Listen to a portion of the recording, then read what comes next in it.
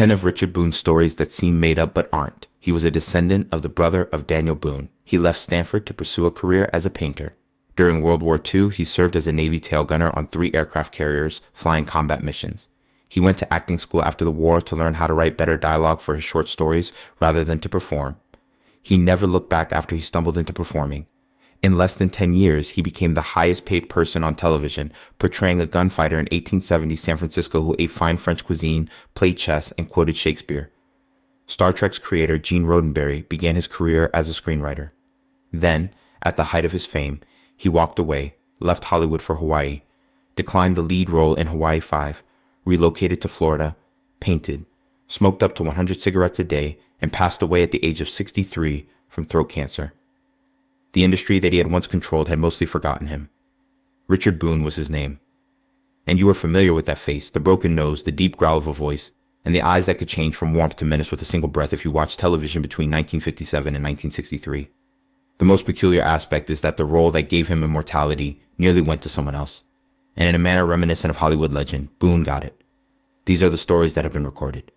Now let's get started. First of all, a painter's soul and the grandson of a frontiersman. Richard Allen Boone was born in Los Angeles, California on June 18, 1917. Kirky Boone, his father, was a prosperous corporate attorney. Cecile Lillian Beckerman, his mother, was Jewish, the daughter of immigrants who spoke Russian Yiddish. Richard's ancestry extended from the American frontier to Eastern Europe, making it a unique combination for the time. The Boone name was powerful. Squire Boone, the younger brother of legendary frontierman Daniel Boone, was the direct ancestor of Kirk Boone. Richard was also a distant sixth cousin of singer Pat Boone through extensive family ties. Even though their relationship was distant and they were never close, young Richard didn't care. The family lived in Glendale, California, and was wealthy. He was the eldest of 3 children, restless, rebellious, and completely uninterested in the legal profession his father had in store for him. He was placed on stage for the first time by Virginia Atkinson, a theater instructor at the military boarding school San Diego Army and Navy Academy. Robert Walker, who would go on to star in Hitchcock's Strangers on a Train, was a fellow student in the same drama club. Following graduation from Glendale's Hoover High School, he enrolled at Stanford University in 1934, joined the Theta fraternity, and according to multiple accounts, won the Pacific Coast Intercolgate Light Heavyweight Boxing Championship. That's the answer if you've ever wondered where that infamously bruised nose came from. However, this is what no one anticipated. Richard Boone had no desire to become an actor, lawyer, or soldier. His dream was to become a painter. He left Stanford before completing his degree in 1937 and enrolled at the Chouinard Art Institute to study oils and abstract cityscapes. To make ends meet, he took on odd jobs: short story writer, bartender, and oil rigger. He married Jane Hopper for the first time in December 1937, but their marriage was short-lived and chaotic. So 2 heavy drinkers attempting to establish a life together. By 1940, it had disbanded. Richard Boone was a 23-year-old amateur boxer with a crooked nose, a failed painter, a divorced bartender, and a Stanford dropout. Everything was about to change due to the war. The tail gunner, who served on 3 carriers, was number 2. Richard Boone joined the U.S. Navy in May 1942. He became an aviation ordnance man, the person in charge of maintaining, loading, and arming the weapons on combat aircraft. After completing training at the Naval Training Center San Diego. At that point, he was no longer staying on deck because he qualified as an enlisted naval air crewman. He was climbing. Boone performed one of the riskiest jobs in naval aviation as a tail gunner on Grumman TBF Avenger torpedo bombers. At the back of the aircraft, the tail gunner was seated in a small turret. You see, with little armor and little space to maneuver, you are vulnerable to enemy fighters attacking from behind. It was his responsibility to fire back as the pilot delivered torpedoes while flying directly into anti-aircraft fire. He served aboard 3 aircraft carriers, not just 1 or 2, the USS Hancock, USS Intrepid, and USS Enterprise. Many people consider the Enterprise to be the most decorated ship in Navy history. Boone received the Navy Good Conduct Medal and the Asiatic Pacific Campaign Medal with 2 battle stars after experiencing combat throughout the Pacific Theater. However, the war left scars that medals couldn't display. According to several accounts, Boone battled alcoholism for the remainder of his life, a disorder that was at least partially caused by the things he saw during the Pacific Campaign. She, the man who flew into Japanese anti-aircraft fire, returned home with injuries no doctor could treat and no medal could accept. This particular detail is what enables his entire career. Boone turned to writing during the war because he was unable to transport painting supplies on a torpedo plane. He wrote short stories in the vein of Dos Passos and Hemingway, and he came to a realization. His speech was awful. He therefore made a choice that would unintentionally produce one of the greatest actors in television history when the war ended in 1945. The third is the man who went to acting school in order to become a writer. Being an actor was not Richard Boone's career goal. His goal was to improve as a writer. Using his GEI Bill, he studied under renowned acting instructor Sanford Meisner at the local playhouse in New York City following the war. His logic was wholly pragmatic. He believed his short stories would get better if he spent more time with actors and learned how authentic dialogue sounded. A tail gunner and amateur boxer, he also studied modern dance and took movement classes with Martha Graham, the mother of modern American dance. Richard Boone was that person. Then something changed. He found that he had a true talent for acting. Subtly, the desire to write vanished. He joined the actor's studio where he was surrounded by what may have been the most talented group of young actors ever gathered in one space. Marlon Brando, Karl Malden, Ava Marie Saint, and Julie Harris. In 1947, he made his Broadway debut in Medea, co-starring with John Gielgud and Judith Anderson. Boone understudied Gielgud's Jason for 214 performances while playing a soldier. After that, he joined McPeak in 1948. From 1948 to 1950, he appeared in about 150 live TV shows. His voice was the key to Hollywood. During a screen test, director Louis Milestone was so impressed by Boone's deep, commanding baritone that he called him to California and got him a 7-year contract with 20th Century Fox. The man was now a contract player at a major Hollywood studio, having gone to acting school to improve his short stories. He never returned to writing fiction, and Fox would waste him for the next 3 years by only using him as the heavy Boone, as he later bitterly stated.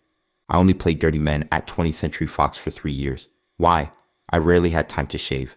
That was going to change. The fourth is the doctor who, without anyone noticing, changed the television. James Moser's medical anthology series, Medic, debuted on NBC in 1954. The show defied all television conventions, with Boone narrating and occasionally starring as Dr. Conrad Steiner.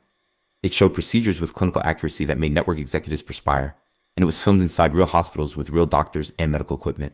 For the first time on American television, the pilot episode included real footage of a live birth. Subsequent episodes addressed topics deemed untouchable: leprosy, postpartum depression, euthanasia, sterility, and even the medical fallout from a nuclear strike. The network went into a panic. Cardinal Spellman of the New York Archdiocese was incensed about an episode that featured a cesarean section. NBC censored it after giving in to pressure. Still reeling from the Brown versus Board of Education decision, Southern affiliate stations quietly suppressed a separate episode that featured a black physician. The show was engaged in unwinnable battles. It was too early, not because it was incorrect. Medic received numerous nominations and 2 Emmys, but it was canceled after only 2 seasons. The unstoppable I Love Lucy dominated the ratings. The show Richard Boone anchored before the public was ready for it is responsible for the success of every subsequent medical drama, including Ben Casey, Marcus Welby, and Grey's Anatomy. And CBS became interested in that program. And they had a very particular idea for him. Paladin is number 5. On September 14, 1957, Saturday Night was owned by the gunfighter who quoted Shakespeare. Possess a gun. American television would never be the same after Will Travel debuted on CBS. Paladin, played by Richard Boone, was a character that audiences had never seen in a Western. Paladin lived in luxury at the Hotel Carlton in San Francisco and was a gentleman gunfighter for hire. He ate fine French food. He went to the opera. He escorted attractive women. He engaged in chess play. He was equally adept at quoting the Bible, Keats, and Shakespeare. And when trouble arose, he dressed entirely in black Western garb, strapped on a holster featuring a platinum chess knight, and rode out to use a Colt .4, 5 to bring about justice. His business card became a symbol of America. Possess gun, will travel. San Francisco Wire, Paladin. In response to a question concerning the chess knight symbol, Boone said, "It's a chess piece, the most versatile on the board. It can move in 8 different directions over obstacles, and it's always unexpected." Randolph Scott was initially offered the role, but he was unavailable for television. According to one story, Scott gave Boone the script while they were working together on the movie 10 Wanted Men. The outcome was the same regardless of how it actually occurred. It was Boone's life-defining moment. He owned Saturday Night. Have Gun, Will Travel dominated American television for 225 episodes spread across 6 seasons. It regularly appeared among the top 4 shows in the nation, reaching its highest ranking at number 3, just behind Wagon Train and Gunsmoke. Boone had a degree of control over his own program that was almost unheard of for a TV performer at the time. He was the director of 28 episodes. He had the last word on wardrobe, approved guest actors, vetoed directors he didn't trust, handpicked scripts, and co-wrote the show's famous farewell ballad. He transformed Paladin, from a straightforward mercenary into a sophisticated moralist who never shied away from using violence as a last resort. The writing staff reads like a prophecy of television's future. Years before Star Trek, Gene Roddenberry wrote 24 episodes and received a Writers Guild Award. Scripts were contributed by Sam Peckinpah. The show served as a training ground for Bruce Geller, who would go on to create Mission Impossible. Ida Lupino was one of the few female television directors in the 1950s. The list of guest stars is astounding. Angie Dickinson, Charles Bronson, Peter Falk, James Coburn, Warren Oates, Vincent Price, DeForest Kelley, Harry Dean Stanton, and Robert Blake. A lot before they became well known. Boone was more than just the show's star. It was run by him, and he did it for 6 years. Then he did something that no one could figure out. The sixth villain was the scariest one Paul Newman had ever encountered. Boone's film career included performances in Bud Butcher's The Tall Tea in 1957 that could make you shiver, but Paladin made him a household name on television. He portrayed Frank Usher opposite Randolph Scott in what is considered to be one of the best portrayals of a Western villain in film history. Usher wasn't a vicious psychopath. He was even more terrifying because he was composed and almost reasonable. However, the complete extent of Richard Boone's threat was demonstrated by Homer in 1967. Paul Newman played a white man raised by Apaches in the Martin Ritt-directed movie, which was based on a novel by Elmore Leonard. Boone played Cicero Grimes, the villain, a man who could charm you over dinner and kill you before dessert. In particular, Roger Ebert gave the performance high marks. At the moment, the movie has a perfect rating on Rotten Tomatoes. It wasn't the violence or volume that made Boone so terrifying on screen. There was silence. Every other actor in the room would shrink if he sat in a chair and said very little. The deep voice, the unwavering gaze, the broken nose. It all came together to create a sense of genuine danger. Villains were portrayed by other actors.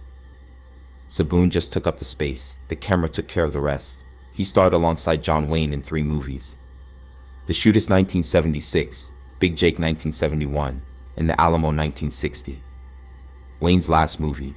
Wayne personally invited Boone to accept the position.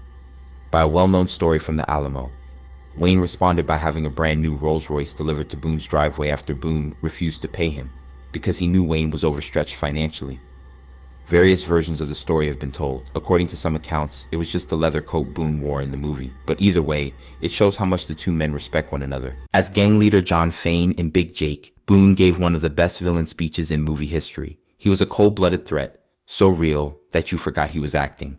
In addition, your Richard Boone provided the voice of the dragon Smough in the 1977 Rankin-Bass animated adaptation of Tolkien's The Hobbit, a fact that continues to delight fantasy fans. That deep, grunting rumble that gives a dragon that hoards treasure life. The casting was flawless. 7th, he left the most popular television program. Richard Boone did something in 1963 that left everyone in Hollywood perplexed. At the height of Half-Gun Will Travel's popularity, he gave up. In order to pursue his dream project, he voluntarily ended the show, foregoing enormous ratings, huge paychecks, and guaranteed fame. The Richard Boone Show, an NBC dramatic anthology series based on repertory theater. The kind of serious ensemble work he had trained for at the Actors Studio, was that project. With renowned playwright Clifford Odets serving as story editor, he put together a company of 15 actors who rotated, including Robert Blake and Harry Morgan, told a different story with a different cast every week. It was precisely the kind of artistic, ambitious television that Boone supported. The program took home a Golden Globe for Best Television Program. It was nominated for several Emmys. The ambition was admired by critics. It was not viewed by audiences. After just 1 season, it was canceled due to CBS's Petticoat Junction dominating the ratings.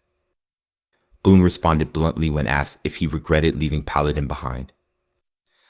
"I never have to worry about money, even though it was a ridiculous thing. I have what actors call a lot of go-to-hell money because I played Paladin." You can learn everything about Richard Boone from that one sentence. He would rather create unsuccessful art than successful entertainment. And he could prove it with the bank account. The brawler with the painter's heart who quotes Shakespeare is number 8. Richard Boone was defined by this contradiction. He was one of Hollywood's most volatile and sophisticated men at the same time. Martha Graham taught him modern dance. Throughout his life, he painted abstract cityscapes. He truly loved Shakespeare and was able to recite lengthy passages from memory, not just as a party trick. He was a newspaper columnist. He was a stage production director.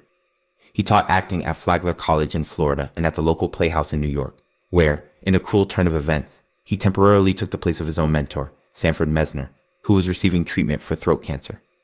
the same illness that would ultimately claim Boone's life. In addition, he drank excessively, engaged in unrestrained fighting, and frightened others. He suffered from severe and chronic alcoholism. He left the set before recording his dialogue while God's Gun was being filmed in Israel in 1976. Someone else had to dub his voice. Later, he spoke savagely about the experience. "I am the star of the worst film ever produced.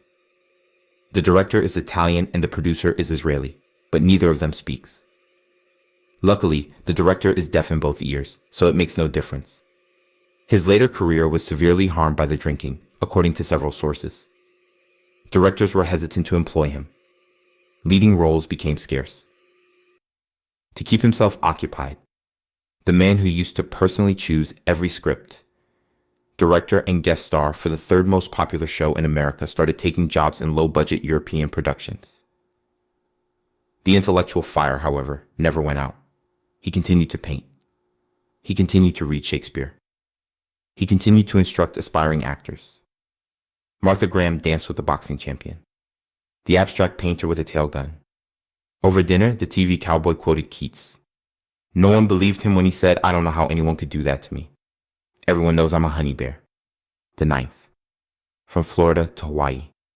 The man who kept walking away. When the Richard Boone Show was canceled in 1964, Boone took a voluntary step that very few TV stars have ever taken. He departed. He left the city, not just for the show. When his carrier docked in Honolulu, Hawaii, in 1943, he fell in love with the city and moved there with his family. He spent about 7 years living in Hawaii, where he founded Pioneer Productions, taught acting in the area, and envisioned the islands becoming a second Hollywood. He assisted in convincing producer Leonard Freeman to shoot Hawaii 5 entirely on location as opposed to a soundstage in California, the offer that most actors would have given anything for then arrived. Boone was offered the lead role of Steve McGarrett in Hawaii 5 by Freeman, who was appreciative of his assistance. Boone declined. Jack Lord, who had made an appearance as a guest star in the first episode of Have a Gun Will Travel, was cast in the role. Lord became a television icon after playing McGarrett for 12 seasons. In 1968, Boone attempted to start his own Hawaii-based series with a pilot titled Kona Coast, but CBS ultimately decided on Hawaii 50. Later, as part of NBC's Sunday mystery movie rotation, he made a comeback to television with Heck Ramsey in a mystery series produced by Jack Webb that ran from 1972 to 1974. Decades before CSI was even a thing, Jack Ramsey, a former gunfighter, solved crimes using early forensic science. Heck gives devoted viewers a knowing wink in one episode when he admits he used to work under the name Paladin. Around 1970, he relocated once more, this time to St. Augustine, Florida, where he directed local theater, wrote a newspaper column, and gave lectures at Flagler College. Boone joked, "Heck Ramsey's a lot like Paladin, only fatter." He was named Florida's cultural ambassador in his last year of life. In 1979, Israeli Prime Minister Yitzhak Rabin also gave him an award for his contributions to Israeli filmmaking. Near the end of his life, the state of Israel honored the son of a Russian immigrant family with a Jewish mother, silently, some circles close. 10. In the Pacific Ocean, 100 cigarettes a day. Richard Boone was an exceptionally dedicated chain smoker. He smoked between 60 and 100 cigarettes a day, according to several accounts. Not one pack, not 2 packs, and for decades up to 5 packs every day. As it always would, the cancer found him. During a routine examination, a dentist discovered a tumor. Throat cancer, the same disease that had afflicted his mentor, Sanford Meisner. The diagnosis was a death sentence, delivered with his voice, the very tool that had launched his career. Richard Boone passed away at his home in St. Augustine, Florida on January 10, 1981. His age was 63. Pneumonia combined with throat cancer was the cause. He married Claire, a former ballerina, in 1951. He was accompanied by his third and last wife. They had spent 30 years together. It was a private funeral. No flowers were requested by the family. He was cremated and his ashes were scattered in the Pacific Ocean off Hawaii, the same islands where he had attempted to start over after television, the same waters where he had flown combat missions as a young tail gunner. He left behind a sister, a grandson named Shaw Allen, his wife Claire, and his son Peter, who had acted as a child actor in multiple Have Gun Will Travel episodes. He was nominated for 5 Emmys in 3 different shows, but he never took home the trophy. He received a star on the Hollywood Walk of Fame, 3 National Television Critics Awards for Best Actor, and a Golden Globe. However, the television western genre had died by 1981, and most people had forgotten about the man who had once owned Saturday Night. What you remember most about Richard Boone is this: he was a descendant of a frontiersman who aspired to paint. a champion boxer from Stanford who also studied modern dance, a Navy tail gunner who unintentionally became an actor while attending acting school to hone his fiction writing skills, a man who made one of the most recognizable characters on television and then left to pursue a more ambitious endeavor, a Shakespearean who got into fights in bars, an artist with classical training who smoked 100 cigarettes a day. He declined to play Steve McGarrett. The Dragon Smoke was voiced by him. The Duke cast him in his last movie because he earned John Wayne's utmost respect. He played chess with equal conviction against cold-blooded kidnappers, French-speaking doctors, and gunfighters. They dispersed his ashes in the Pacific after it was over because that was the location of both his peace and his war. You may recall the card, the chess knight, and that distinctive voice if you grew up watching Have Gun Will Travel. You now know who did it.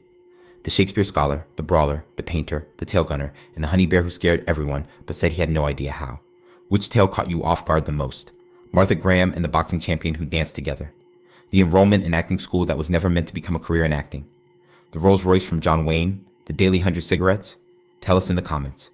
For more tales of actual people who led impossible lives, like, share, and subscribe. If you like this video, kindly hit like. It really aids in our development. Thank you for viewing.